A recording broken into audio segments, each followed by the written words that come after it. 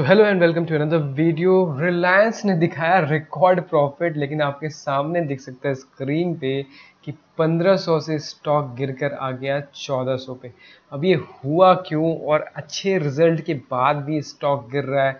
रिलायंस का एग्जांपल ले लो, अभी इन्फोसिस का भी मैं दिखाऊंगा। तो बड़ी बड़ी कंपनियों के जो इतने अच्छे रिजल्ट्स आ रहे हैं, इतना रिकॉर्ड प्रॉफिट उन्होंने दिखाया है, बट फिर फॉल क्रैश क्यों आ रहा है स्टॉक प्राइस में?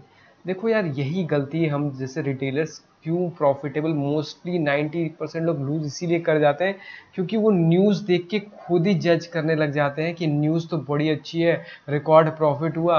और आप क्या करते हो, शेयर को बाई करते हो और ऊपर के लेवल पे यहाँ पर फंस जाते हो। एंड आप अब लॉन्ग टर्म इन्वेस्टर बन गए, 3 साल 2 साल 4 साल, आपको नहीं पता वो कब प्राइस ऊपर जाएगा।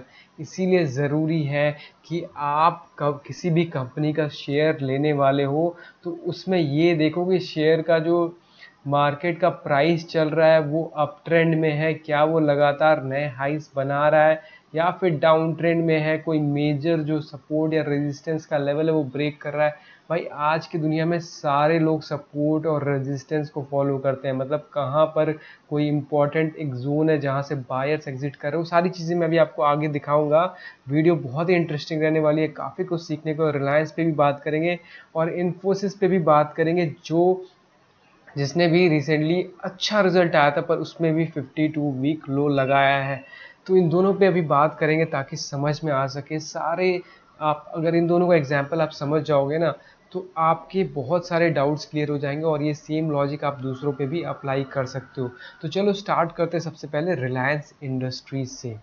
सो गाइस देखो, सबसे पहले ज़रूरी है समझना कि ये स्टॉक मार्केट एक्चुअली में काम कैसे करता है। अगर आपको बेसिक्स भी समझ आ गया ना, बेसिक लॉजिक क्या है, तो आपको किसी पे डिपेंड नहीं होना पड़ेगा। आपको सुबह उठ के न्यूज़ वाले को देखना नहीं पड़ेगा और वो जब गलत होगा तो आप किसी को गाली नहीं दोगे। क्यों? क्योंकि आपको पता है कि आप जो स्ट्रैटेजी फॉलो कर रहे हो, जो स्टॉक मार्केट के बेसिक रूल्स होते हैं उनको फॉलो कर रहे हो, तो लॉन्ग टर्म में आपको प्रॉफिट होगा ही होगा अगर आप डिसिप्लिन से रहते हो। इसलिए वीडियो ना आप एंड तक देखो, काफ़ी कुछ आपको क्लियर होगा। सो दूसरी बड़ी चीज़ मैं आपको बता दूं कि आफ्टर 100 स्ट्रैटेजीज यूज़ करने के बाद समझ में आ जाता है कि सिंपल, जितना सिंपल आप स्टॉक मार्केट को रोकोगे उतना बेटर होगा। हज़ारों इंडिकेटर अगर आप यूज़ करने वाले हो, कोई फ़ायदा नहीं होने वाला। आप कंफ्यूज हो गए, एक इंडिकेटर दिखाएगा खरीद लो, एक बोलेगा कि बेच दो। आप सिंपल चीज़ों को मैं अभी आपको समझाऊंगा, आपको क्लियर हो जाएगा कि क्यों कोई प्राइस है या किसी कंपनी का शेयर है वो गिरने लग जाता है और कहाँ पर आपको राइट टाइम पे एग्जिट कर देना चाहिए था और आप होल्ड करके बैठे हुए हो। सो देखो, मैं अपने एक्सपीरियंस से बताता हूँ, सबसे ज़्यादा इम्पॉर्टेंट है प्राइस एक्शन। ये जो लैंग्वेज है ना मार्केट का, वही बता देता है कि कंपनी का रिजल्ट अच्छा है कि नहीं है। अगर कंपनी का रिजल्ट अच्छा होगा तो भाई वो ऊपर जाना शुरू करेगा। हमें क्या लगता है कि यार नीचे आ गया ले लो, रिजल्ट तो अच्छा ही आया ना, ऊपर ही जाएगा। आप मत जज करो कि रिजल्ट अच्छा आया है तो मैं खरीद लूँगा और लॉन्ग टर्म में ये ऊपर ही जाने वाला है। अगर रिजल्ट अच्छा होता तो उसमें बाइंग क्यों नहीं आ रही है, और अगर बाइंग आएगी तो अपने आप प्राइस ऊपर जाना शुरू कर देगा। ठीक है, तो हम ये मत देखें कि रिजल्ट में 50% 60% का गेन है, उसके पीछे की जो छोटी छोटी माइन्यूट डिटेल्स हैं वो बड़े बड़े इन्वेस्टर्स, जो बड़े बड़े फंड मैनेजर्स होते हैं, वो देखते हैं और वो समझते हैं और उसी का जो रिफ्लेक्शन है वो दिखता है प्राइस पे। अगर प्राइस रिजल्ट आने के बाद ऊपर ही नहीं जा रहा तो फिर आप उसमें बाई मत करो, भी मैं आपको आगे दिखाऊंगा। होता सबके साथ यही है कि आप ग्रीड में एंटर करते हो। जैसे आपने रिजल्ट देखा और आपको लगा कि अब मार्केट यहाँ से निकल रही है ऊपर, फिर आप 1 डेढ़ साल में पैनिक में एग्जिट करते हो, या यहाँ पर एग्जिट करते हो या फिर थोड़ा सा ऊपर आता है तो फियर में एग्जिट कर जाते हो। और यही आपका रेजिस्टेंस होता है, जो मोस्टली लोग फियर में एग्जिट कर रहे हैं या एंट्री कर रहे हैं ग्रीड में, वो रेजिस्टेंस और सपोर्ट की तरह बन जाता है। क्यों? क्योंकि मैसिव लोग का जो है साइकोलॉजी, उसी को तो आपको ब्रेक करना है, और वही जब ब्रेक होता है वहाँ पे जब आप एंटर करोगे, महंगा खरीद के और महंगा आपको बेचना है। ये स्टॉक मार्केट में ना उल्टा ही है। लाइफ के रूल्स यहाँ नहीं चलते कि आप सस्ता खरीद के महंगा में बेचने वाले हो, महंगा खरीद के और महंगा आपको बेचना है। इस रेजिस्टेंस से बाहर निकलना है, इस फियर से बाहर निकलना है, इस ग्रीड से बाहर निकलना है। ये साइकोलॉजी है, जितनी जल्दी आप इस बात को एक्सेप्ट कर लो उतना बेटर है। सो लास्ट पॉइंट मैं आपको बताता हूँ कि कभी भी ना, ये आपके सामने जो इमेज खुली हुई है, आपके साथ हुआ होगा या हो रहा होगा कि आप क्या करते हो, गिरते हुए स्टॉक को खरीदते हो और इसको बोलते हैं कैचिंग द फॉलिंग नाइफ। एक गिरते हुए नाइफ को पकड़ना सबसे डेंजरस होता है। आपको नहीं पता वो कितना नीचे और कितने सालों तक नीचे जाता रहेगा। सच बता रहा हूँ, मैं अपने एक्सपीरियंस से बता रहा हूँ, जो मैंने सीखा है। 2016 से मार्केट में मैं आ गया था, तो 9 साल हो गए हैं, काफ़ी कुछ सीखा है। तो मैं आपको ये बता रहा हूँ अपने एक्सपीरियंस से कि कभी भी फॉलिंग नाइफ को कैच करने की कोशिश मत करो। फॉलिंग नाइफ यही है कि गिरते हुए स्टॉक को मत पकड़ो। मैं अभी आपको बताऊंगा कि किस सिचुएशन में कैसे आपको पकड़ना है। एक लास्ट चीज़ और समझने की ज़रूरत है, बहुत ही बेसिक चीज़ है लेकिन बहुत इंपॉर्टेंट है। मार्केट, कोई भी कंपनी का शेयर या तो अप ट्रेंड में होता है लॉन्गर टाइम फ्रेम पे, आपको साल का देखना है, पूरे एक साल का, कि वो स्टॉक प्राइस अप ट्रेंड में है या डाउन ट्रेंड में। वो मैं भी आपको दिखाऊंगा कैसे देखते हैं। और फिर एक कंसोलिडेशन में जाता है। हो सकता है कि अभी कुछ दिन के लिए अप ट्रेंड में हो, फिर वो गया साइडवेज और उसके बाद उसका डाउन ट्रेंड चालू हुआ। बस ये जब आप समझ गए ना कि कंसोलिडेशन के बाद डाउन ट्रेंड कहाँ शुरू हो रहा है, वहाँ पर हमें एग्जिट करना है, इस डाउन ट्रेंड के स्टार्टिंग में। यही बेसिक रूल अगर आपके समझ में आ गया, आपके 90% प्रॉब्लम यहाँ पर सॉल्व हो जाने हैं। एक बहुत ही सिंपल सा आपको मैं स्ट्रैटेजी समझाता हूँ। होता क्या है ना कि जब मार्केट साइडवेज काफ़ी टाइम से हो जाती है, होता क्या है कि कोई न्यूज़ आने वाली है, कोई रिजल्ट आने वाला है, उसके पहले मार्केट साइडवेज हो जाती है। रिजल्ट का वेट कर रहे होते हैं, उसके बाद कि हम बाई करेंगे। जो भी बायर्स है, आप खुद सोचो कि जो बायर्स है, मान लो आपने यहाँ पर देखकर बाई किया, फॉर एग्जाम्पल बड़े बड़े ट्रेडर्स, बड़े बड़े इन्वेस्टर्स ने देखा न्यूज़ अच्छी है और उन्होंने बाई कर लिया। बट न्यूज़ सब्जेक्टिव होती है, न्यूज़ चेंज भी हो सकती है। उसके बाद उनको पता चला कि नहीं भाई, ये तो न्यूज़ सही नहीं थी, और वो अपनी पोजीशंस को एग्जिट करना शुरू करते हैं। पहले प्रॉफिट बुकिंग आती है, ठीक है, और ज़्यादा प्रॉफिट बुकिंग आ गई तो और नीचे आता है। अब समझो कि ये जो ब्रेकआउट का जोन है, जहाँ से उन्होंने एंट्री करी थी, अब अगर उन्होंने 50% यहाँ निकाल दिया होगा, 30% 40% एग्जिट कर गए होंगे, नहीं भी एग्जिट किया होगा, तो उन्होंने अपना कहीं पे नीचे अपनी एग्जिट स्ट्रैटेजी लगा रखी होगी कि यहाँ से जब बेस को जब ये ब्रेक किया था और मैंने 100 पे बाई किया, तो 90 से ज़्यादा मैं लॉस नहीं लूँगा और मैं यहाँ से एग्जिट कर जाऊँगा। ये बहुत ही बेसिक चीज़ मैं आपको समझा रहा हूँ। अब इसी बेसिक को अगर आप फॉलो करोगे ना, तो आपको समझ में आ जाएगा रिलायंस में भी और इन्फोसिस में भी कि हुआ क्या है। मैं आपको अब चलता हूँ और रिलायंस के चार्ट पे समझाता हूँ। सो गैस, अभी आपके सामने रिलायंस का चार्ट खुला है और काफ़ी टाइम पिछले साल ये डाउन ट्रेंड में था, गिरता रहा गिरता रहा। अब देखो, यही चीज़ होती है कि गिरते हुए स्टॉक को आपने अगर ऐड करना शुरू किया होता है यहाँ पर, तो आप पूरे साल इसमें आपका पैसा फंसा रहता है। देखो, आप पूरे साल पैसा फंसा के रखना चाहते हो तो आपकी मर्जी है, लेकिन आप अगर ब्रेकआउट को पकड़ना सीख गए तो आप उस टाइम पे एंटर कर रहे होगे जहाँ पर एक्चुअल में एंटर करना चाहिए। तो ये तो हो गया फर्स्ट ब्रेकआउट। अब आप सोचो कि जो भी बायर्स होंगे वो कैसे बाई का स्ट्रैटेजी लगाते हैं, मैं आपको बताता हूँ। मार्केट कभी एक डायरेक्शन में सीधी लाइन में नहीं चलती, वो स्विंग्स लेती है। थोड़ी प्रॉफिट बुकिंग आती है, नीचे आती है, तो नीचे आती है, फिर बायर्स ऐड करते हैं और फिर थोड़ा ऊपर जाती है। इस तरीके से स्विंग्स बनाते हुए चलती है, मार्केट का कैरेक्टर होता है। और जब इस स्विंग को नीचे से आप ज्वाइन कर दोगे तो बनता है स्टॉप लॉस। मतलब इसके नीचे स्टॉप लॉसेस है, इसके नीचे फिर अपना स्टॉप लॉस रेज करते जाते हो। जो बायर्स पहले से एडेड है यहाँ पर, वो अपने स्टॉप लॉस को स्विंग्स के नीचे रेज कर जाते हैं। और जब आगे जाकर उस स्विंग को ब्रेक करता है ना, उसको बोलते हैं डबल टॉप बनना, एक तरीके का डब्लू पैटर्न बन जाना। ठीक है, इस तरीके का जब बनता है तो वो क्या होता है, उनका एग्जिट पोजीशन होता है। वहां से वो अपनी पोजीशंस को एग्जिट मारते हैं। अब समझते हैं कि इसमें एग्जिट कहाँ पर उनका बना। मान लो यहाँ पर बड़े बड़े प्लेयर्स ने बाई करना शुरू किया, उन्होंने देखा कि एक यहाँ पर बॉटम जैसा फॉर्म हुआ, एक रेंज जैसा फॉर्म हुआ था, और रेंज से यहाँ ब्रेकआउट हुआ। यहाँ पर उन लोगों ने एंट्री करी, बड़ी बड़े प्लेयर्स ने। अब वो क्या करेंगे, अपने स्टॉप, मान लो 50% यहाँ पर बुक कर लिया क्योंकि ये रेजिस्टेंस था। बाकी 50% को क्या किया उन्होंने, स्विंग्स के नीचे शिफ्ट कर दिया कि अगर लो ब्रेक करेगा तो हम अपनी पोजीशंस को एग्जिट करते जाएंगे। अब आगे देखो हुआ क्या है, इसको थोड़ा जूम करके समझते हैं।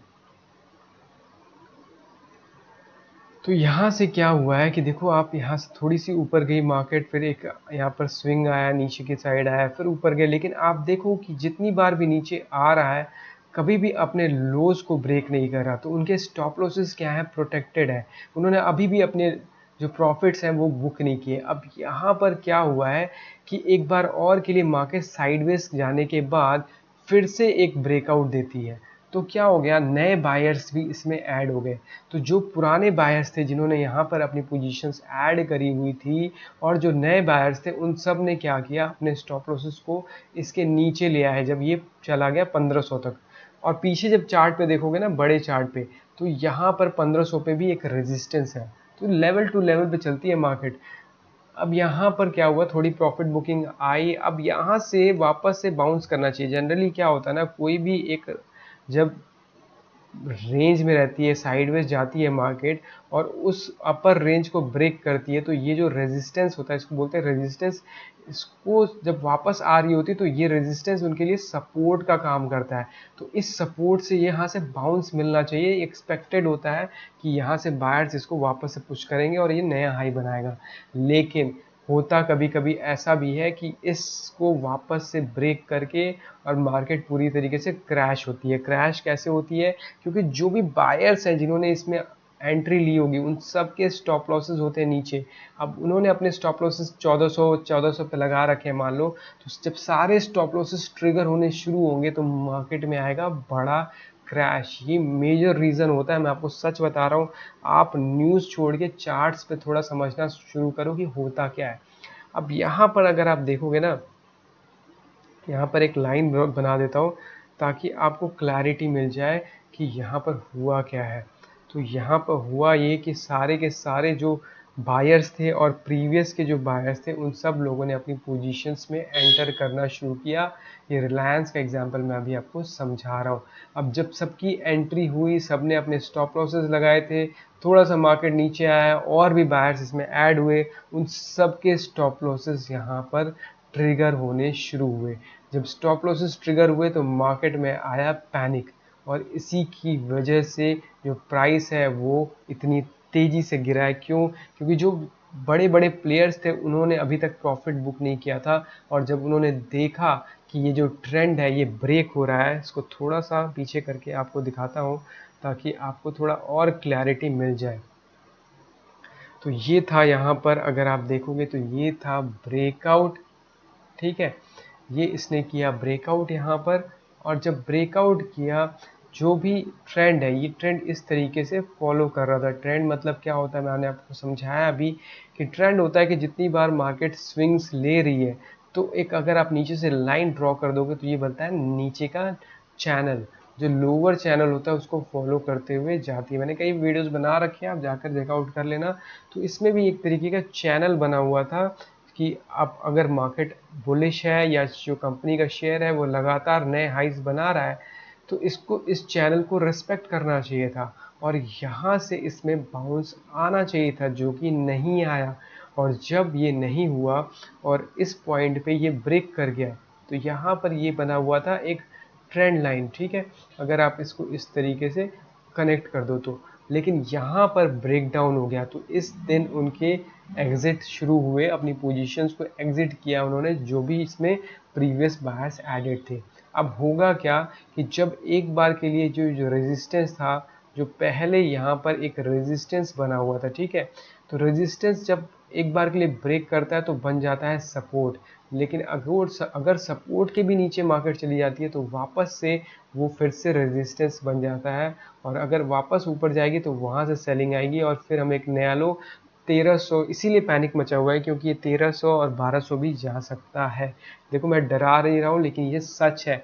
ऐसी स्टॉक मार्केट काम करती है, जब एक रेंज इस तरीके से फॉर्म हो और उसको ब्रेक करने के बाद अगर नीचे का लेवल ब्रेक हो जाता है, ये ऊपर जाकर यहाँ से बाउंस लेकर फिर अगर इसको ब्रेक करे, तो ये जो सपोर्ट रहता है ना, जो स्विंग रहता है, ये बन जाता है हमारे लिए रेजिस्टेंस, और ये ऊपर जाता है तो फिर इसी रेजिस्टेंस से फिर एक नया लो बनता है।